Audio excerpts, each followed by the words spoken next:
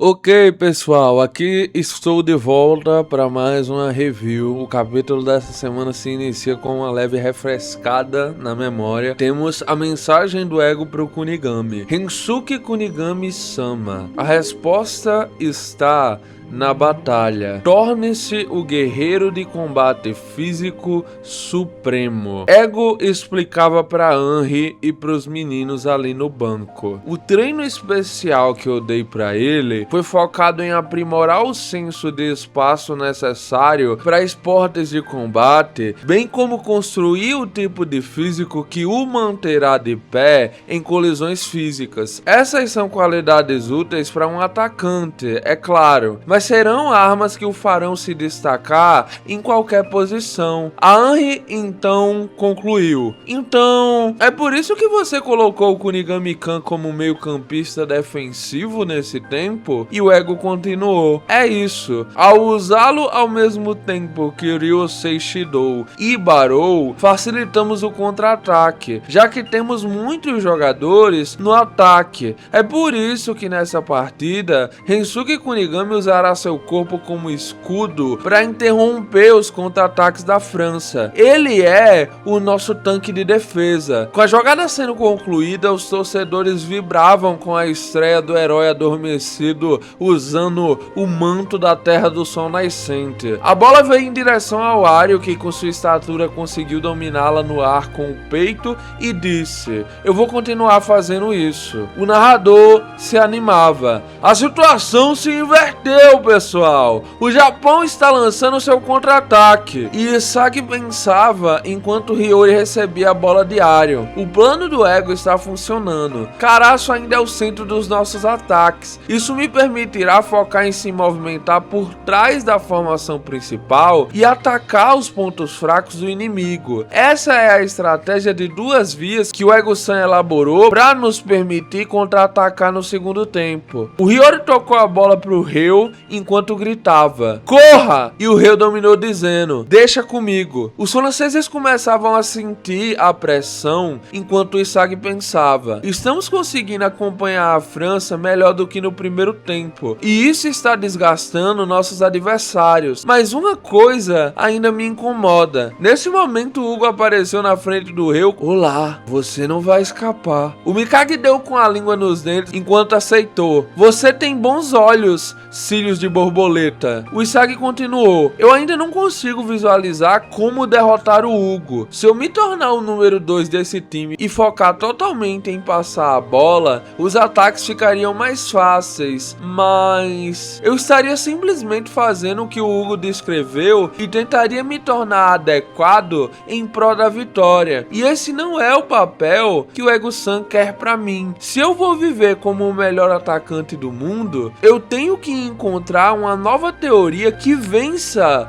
o Hugo. As peças começaram a sair e nesse exato momento quem passou ao seu lado foi nada mais nada menos do que Barou Shoei. Ele disse: você não está sendo você, perdedor. Eu não consigo sentir o cheiro de um gol vindo de você. De acordo com as ordens do ego, o plano era eu explorar seus movimentos para marcar gols, mas você é inútil. Nessa partida você não é o rei. O Isagi pensou: Barou? Será que ele consegue instintivamente sentir quão fraca minha visão sobre o futuro é? Shoei partia enquanto confirmava: é hora de encontrar uma nova presa. Eu acho que eu vou ter que me virar sozinho para encontrar alguém que vale a pena devorar. O cara só observava o campo enquanto pensava: Isagi e eu somos parecidos. Nós temos o mesmo QI de futebol e viemos ao Blue Lock com as mesmas preocupações. Como ele, eu queria me tornar um atacante, mas havia um abismo incômodo entre meu sonho e os papéis que me via obrigado a desempenhar. Meus desejos simplesmente não correspondiam às minhas capacidades. Eu sei disso tudo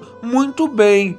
Eu sou o melhor em controlar a bola no meio de campo e em armar ataques equilibrados. Eu me encaixo bem para ser meio-campista. Só que mesmo assim, eu não conseguia desistir do meu sonho de ser um atacante. E é por isso que eu lutei tanto para permanecer no Blue Lock. Só que pouco a pouco, a distância entre mim e o Isagi aumentou. E antes que eu percebesse, Isagi era o atacante em destaque. Isso me irrita, mas a verdade é que eu fiquei preso nas sombras. Tenho me perguntado, o que o Isagi tem que eu não tenho? Mesmo que eu consiga aguentar, quando será que eu verei a luz do dia? Sou grato ao Ego-san por ter me trazido até esse ponto, mas eu ainda preciso mesmo da filosofia dele? Eu não consigo deixar de me perguntar. Ele lembrou do Hugo falando sobre a sua teoria, né, de ser o segundo melhor, e concluiu: é por isso que as palavras do Hugo me impactaram tão profundamente e fizeram sentido pra mim. Esse é o limite do Blue Lock com Isagi como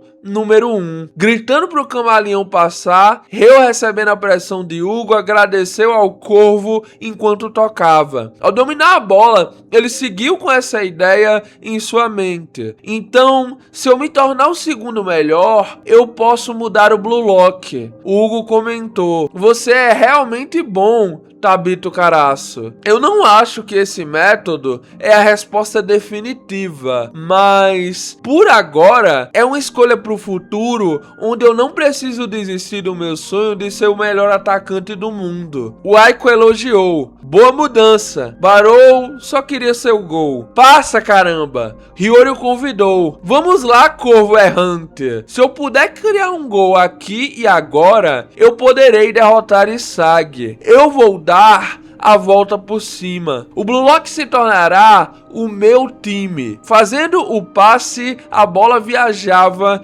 enquanto Caraço continuava. Charles olhou para trás e percebeu junto de Isagi que pensava: um passe para a frente perfeitamente cronometrado. E vai para... Enquanto Caraço afirmou: Isagi, minha arma secreta é ele, o demônio que você não consegue controlar.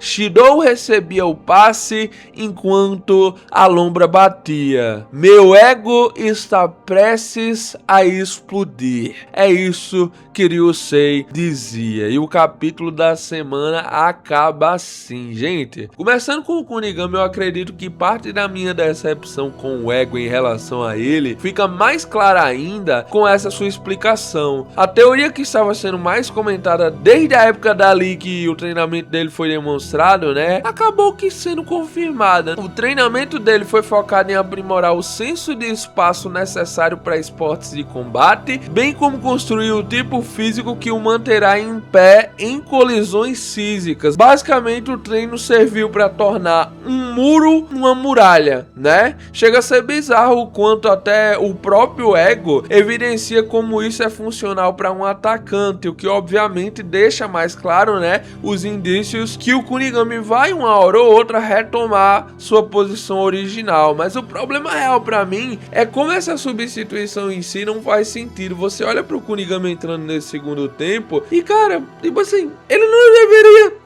entrar nesse segundo tempo, ele deveria ser titular absoluto. Tu pode até vir com um papo de que não, é por causa que o desgaste, né, ele com esse corpo e com o tanto que ele vai ser utilizado durante esse segundo tempo, ele não ia durar os dois tempos com a mesma qualidade. Só que, cara, não é um recurso que eu, como treinador, decidiria deixar pro segundo tempo, tá bom? De uma partida contra a Foca em França. Minha opinião, ok? Eu sei que há gente que possa discordar, mas eu não vejo realmente motivos para deixar o Kunigami no banco. Eu espero aí que dentro desses próximos 3 a 4 jogos nós possamos entender melhor se realmente o ego vai continuar com esse papo de jogar no segundo tempo ele, ou não, ele vai acabar se tornando titular, até porque como tá se desenvolvendo, vamos acabar vendo diferenças, né, nas próximas formações. Eu acho que os 3 jogadores terem sido colocados agora evidencia de uma vez por todas, ainda mais com essa queda do Isagi, Caraço tá se adentrando meio que no seu auge, né? Acho que sim, vamos ver umas diferençazinhas sim nas vagas de titulares. Agora, indo um pouco para a questão do Isaac, correlacionando até a si próprio e a fala do Barou, eu sinto que infelizmente dessa vez os caminhos serão mais tortos, tá bom, pessoal?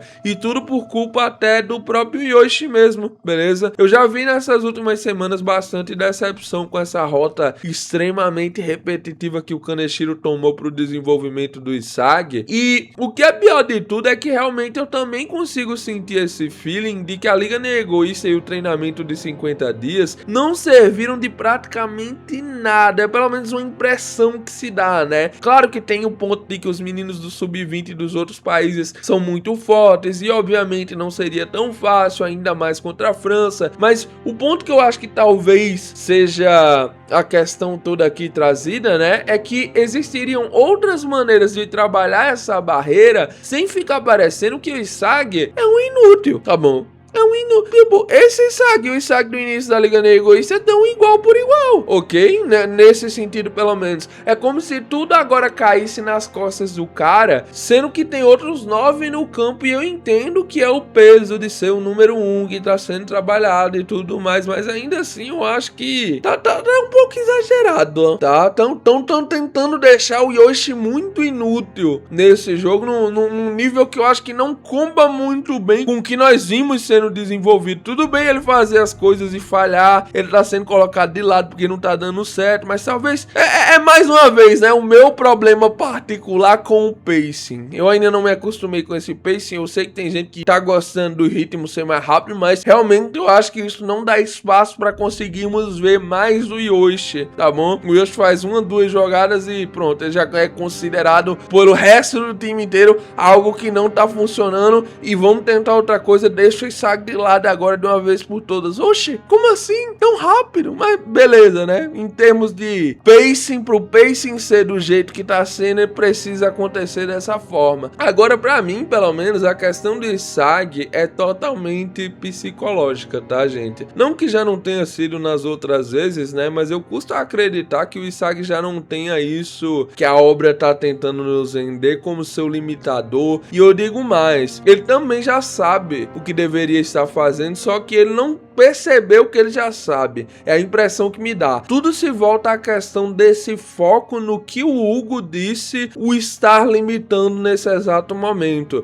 Obviamente, por questões narrativas, isso será trazido daquela maneira mais decodificadora que já estamos acostumados, mas sendo honesto, eu gostaria que essa fosse a primeira vez onde o Isagi realmente errasse por simplesmente pensar demais. Esse novo arco de desenvolvimento dele, pra mim, deveria durar até o reencontro das duas equipes nas eliminatórias, e seria ainda mais interessante se acabasse não acontecendo, tá ligado? Por exemplo, o Japão passa nas semifinais, vai pra final, fica esperando a outra chave, aí tem a França contra a equipe, o Isagi tá esperando a França pra poder realmente mostrar que suas convicções mudaram, pra realmente provar pro Hugo, só que aí chega e a França não vai pra final, tá ligado? Ia ser uma surpresa interessante para o desenvolvimento que poderia ser ocasionado aqui. Mas ainda assim, gente, querendo ou não, se o que o Isagi quer nesse exato momento é reafirmar seu papel como número 1 para a equipe inteira, só marcar um gol eu não acho que resolva essa questão exatamente, já que o problema é que seus companheiros não o veem mais como um igual dentro de campo. Ele foi deixado para trás para que o time pudesse sobreviver a essa França, e o problema real aqui é que essa questão cada vez mais vai fazendo leves referências à queda do Nagi. Eu acho que a junção dos dois em determinado momento seria muito interessante de se ver dentro de alguma das partidas que vierem no futuro,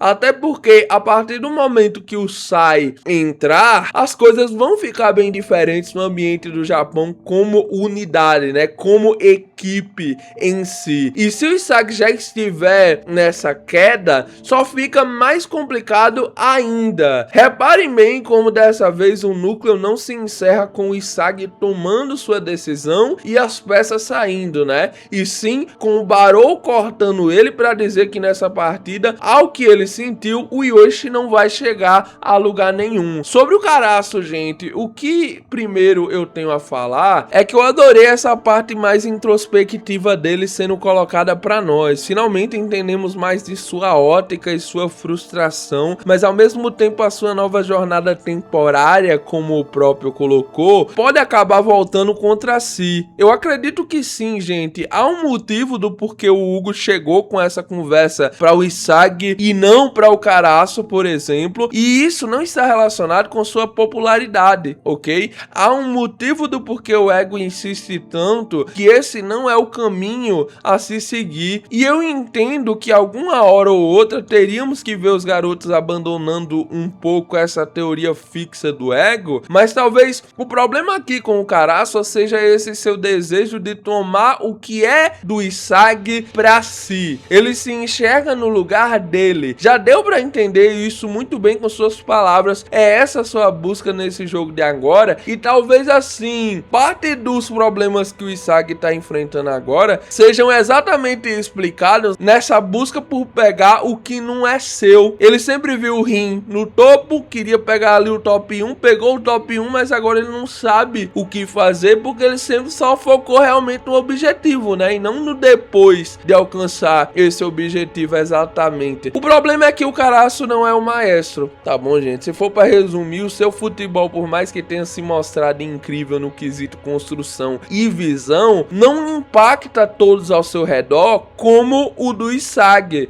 E sem isso, o Japão não vai continuar evoluindo, cara. Infelizmente, precisamos desse pacemaker, né? Aquele jogador que impõe o ritmo dentro do campo e faz com que todos o acompanhem dentro dele, né? O que eu mais gosto em tudo isso é que as chances estão muito altas de que nós vejamos isso funcionando. Só que o que a narrativa queira é justamente mostrar essa queda ao longo dos jogos. Eu sonho muito que seja isso mesmo, não só porque eu vou estar certo caso seja, mas também porque já faz um tempo que eu venho estranhando a quantidade de jogadores que devem ganhar destaque nessa saga e o tempo que as partidas têm para isso. Alguns vão precisar, querendo nós ou não, serem deixados pelo caminho, serem descartados, perderem completamente a atenção, perderem talvez até a vaga de titulares, e me desculpa dizer isso, tá bom? Mas o Caraço tá seguindo por uma linha tênue entre se destacar de vez ou simplesmente cair em esquecimento por uma decisão tola, ok? Posso estar equivocado, mas é o que aparenta pra mim. O que se estabelece em algo momentâneo não pode durar, gente. Já aprendemos isso muito bem com Blue Lock. As palavras do Hugo reafirmaram pra si o seu desejo que ele já vinha tendo anteriormente, mas fica claro que ele tá tentando mudar de última hora. Pode servir por um momento, mas é um plano frágil a longo prazo.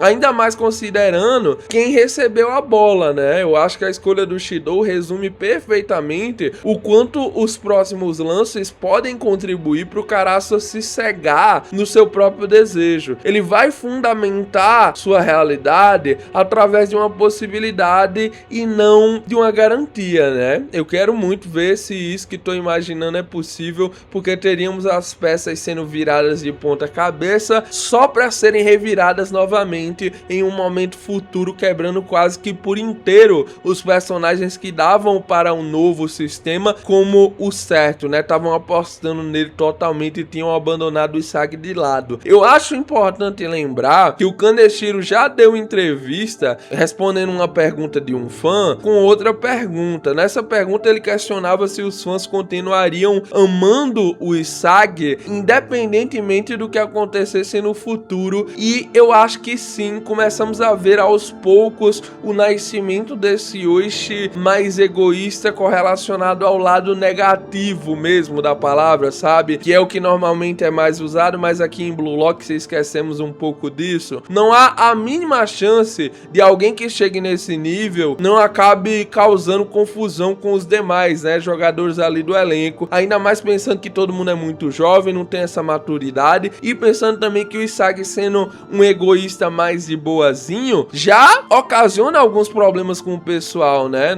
Nessa partida mesmo nós vimos o seu problema no início do arco com o Tabito. Imagina quando ele tiver poucas ideias mesmo, tá ligado? Não ser só o cara que fala, como também o que faz, virar um Romário da vida, aí lascou, tá bom? Eu decidi chamar esse Isagi aqui de Isagi do Velho Testamento. Nós já vimos alguns meros detalhes dele, mas não o conhecemos ainda, tá bom? Vai ser um personagem um pouquinho diferente, porque vai ser aquele Sag elevado ao cubo 100% do tempo. Fiquem de olho, tá bom, gente? Porque quando esse cara brotar na obra, pode ser que signifique que é hora de se despedir do caraço de uma vez por todas. Mas de toda forma, gente, o vídeo de hoje vai ficando por aqui. Um grande abraço, tamo junto, valeu, falou e... Cut!